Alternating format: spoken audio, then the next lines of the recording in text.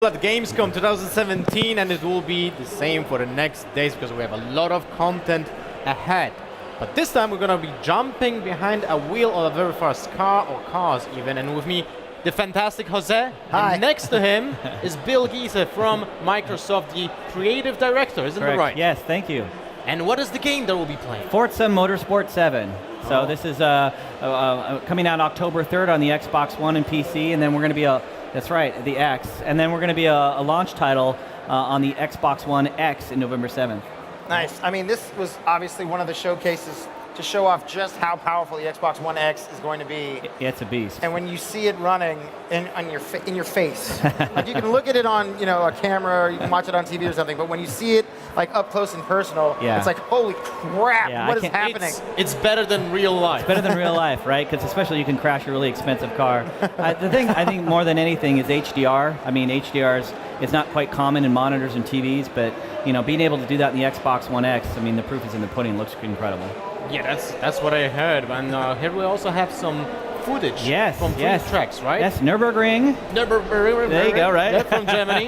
And then we have Dubai and then we have Magello. Magello demo, yes. We started with Germany here right now. This is the Nurburgring. Nurburgring in the GTR race car. And so again, this is one of the over 700 cars we have in the game. 700? 700 cars. That is a lot of cars. How many cars was there in sixth? Oh gosh, now you're going to do the numbers. I think we had like 450, I believe. So the jump is like pretty high. Quite a bit. And what we wanted to do specifically for the cars here is really reimagine the racing experience. And so this car is a race car, and you can see like the exposed wiring and the hose. It's shaking and rattling around. You can see the windshield wipers are rattling.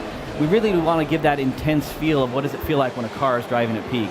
The thing I want to know is, are any self-driving cars?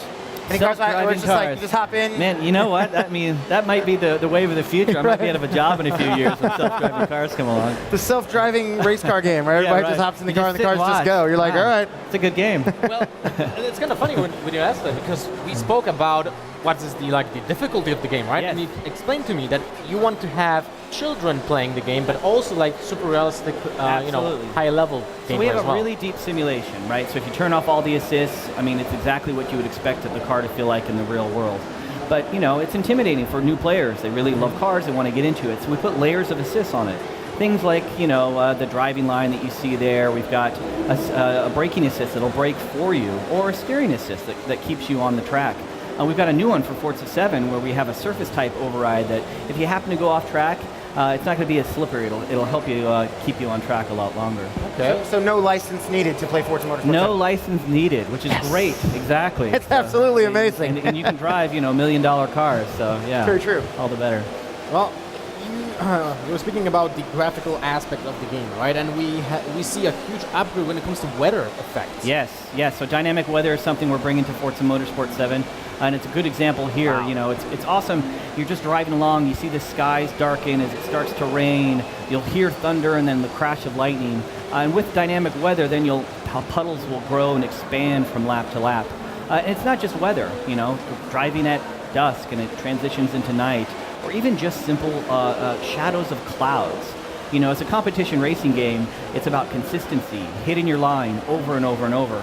And when the shadows roll through, it changes the color and the light, and so these brake markers that you had in your head are off a little bit because of the dynamic skies. And do you find that to be sort of the thing that you guys focus on, is more of the outside aesthetic rather than the driving? Because I feel like Forza is a game that's had the driving, the cars, they've always looked beautiful for the last few it''s always been known for its driving experience, yeah. But it's something that it's the not in the car experience that you guys improve upon each year, that just like, oh yeah, I wouldn't have thought that a track that I've seen before in a previous Forza game that I know so well, but you add dusk, or you add certain sunlight and sun flare. It makes it feel so different. And that was important for us too, is to make sure that every time you come to a track, it's different. And we obviously spent years mastering the engine and making sure that the physics feel authentic. And we're real science nerds, and so when we started the dynamic weather, we're learning about Virga and weather patterns and how do they work. I could go on and on. But it's important because it gives that sense of, gosh, this is something that would happen in the real world, and what would that be like to experience? Well, it was absolutely stunning. Yes, thank you. The drops of the testing raindrops. We got 3D puddles that you can actually hydroplane through, and again, those grow and they'll grow and shrink based on the rain intensity that goes from lap to lap to lap. let's talk about game modes, right? Yes. We have different types of game modes. Yes. So we've got, a huge chunk of our players are campaign players, and so we've got this brand new campaign called the Forza Drivers Cup. And we've got 6 major championships that the players can go through. And what's great is, again, we've got over 700 cars. And so we can, use just diverse car divisions that you can go into. So in one championship, you might be in a race truck, and then, like the race series cars, a Polaris Razor, a rally car. And so it's awesome to give players, that variety, and they can craft and kind of create the series as they want. We've also got, multiplayer is obviously incredibly important. Multiplayer modes, and then we have what's called leagues. Leagues are our stepping stone into our esport, which is a Forza Racing Championship. My next question. I lead you to it. But yeah, so with leagues and the Forza Racing Championship, after we shipped 6, we did a ton of updates to the game, to make it, again, ready for the Forza Racing Championship, seeding the grid, better spectating tools, and again, as we're going to kick off, in the coming months, kicking off our next season, we're going to continue to update the game. And then including things like, 4K mixer integration to be able to broadcast in 4K. But, we pulled the driver out for the first time, and being able to see players can customize their driver with over 300 driver suits. Nice. They span like race history and pop culture, so you can dress up like, a fireman. And we got some really cool surprises for players. But when you're spectating, it turns, it's not only great competitive esport, it's awesome spectator sport. Now, one of the things that I've always loved about Forza is the level of customization that everyone else does. Like, not me per se, like I too like to customize my things. Yeah. But the community customization awesome. skills are like on par with like game designers. I feel like these guys, some of the effort they put into like skins for vehicles, I'm like, how in the hell it's unfounded. Did you find the time to do that? No, it's crazy. I mean, I've been on the franchise since the beginning, and I was the original designer and the livery editor. And I was really proud of my basic primitive shapes. But you put it in the hands of the community, and they make incredible pieces of art. And then, we've got guys, tuners too, that create, they can fine tune these cars for specific tracks and specific conditions. And what's great about Forza 7 too is all those guys, whether it's in Forza Horizon 3, Forza 6, they can import all their designs, all the stuff that they've done in the past games into Forza 7. Nice. Now we can see Dubai track, right? Yeah, so this is our brand new track set in Dubai. We did a ton of techniques for this to build this track. We adopted a process called photogrammetry. It's in a lot of AAA games now, but it basically uses photo reference to actually build out the meshes and the textures that you see here. And what's great about that is this is a Hafid pass. It's an actual pass in the United Emirates, and it gives you that imperfection that you get from Mother Nature that you can't normally get. It's like random. Yeah, but it no, makes exactly. sense, like right? It's so hard. Like random is one of the hardest things to do, especially when it comes to visual, because then you get uncanny valley. But yeah, no, being able to go to Dubai, we sent a team out there, over a year ago, and they actually. It was so hot there. I think it was 120 some odd degrees. They actually melted two $2,500 DSLR cameras because it was so hot. I know, I feel so bad for those guys. We sent them to like these bleak places, but again, you can see the work they came home with. When they came home with the pictures of the desert, of the skyline, the Hafid The ones Pass, that survived. Like once they survived, yeah, and they were hydrated. Once they were plenty hydrated. Memory card. Exactly, yeah. We got to throw that one out. But so I mean, you can obviously see the hard work came to be. It was just gorgeous. Like you would never think, the desert would be so pretty, but when you see it again in 4K at a rock solid 60 frames per second in HDR, it just looks awesome. Do we have sandstorms? What's that? Sandstorms? Oh yeah, if you watch, we're coming up to a turn right here. You can see sand blowing across the track, which is awesome. And that was, one of the things they learned coming back was major highways would have sand that would just come, and drivers just drive around it. It just became, essentially, their puddles happened to be sand puddles. Well, that looks absolutely amazing. How do you guys, figure out what new tracks you want to put into the game? There are tons of places to race in the world. There's tons of places to race in the world. So we do a bunch of things. We obviously, want to look at race series and where races are done, but a lot of it comes from our community and the tracks that they want to see. So, Dubai, a crown jewel track, is one that we like, hey, this is an area that we want to, we've never built a desert track. What would that look like? But we're bringing back Maple Valley, which is a track that we built in Forza 1. And it's awesome to have the fans ask for that back. Mugello is another new track that we're bringing that hasn't been in here since Forza 4, as well as Suzuka. So, you know, it really comes down to the fans and what they're passionate about. And now we can see also trucks. Trucks, race trucks. Yeah, so this is a really good example when I talk about, you know, us reimagining that racing experience. You got the netting flapping in the side, you got hoses, and again, you're driving this massive truck, right?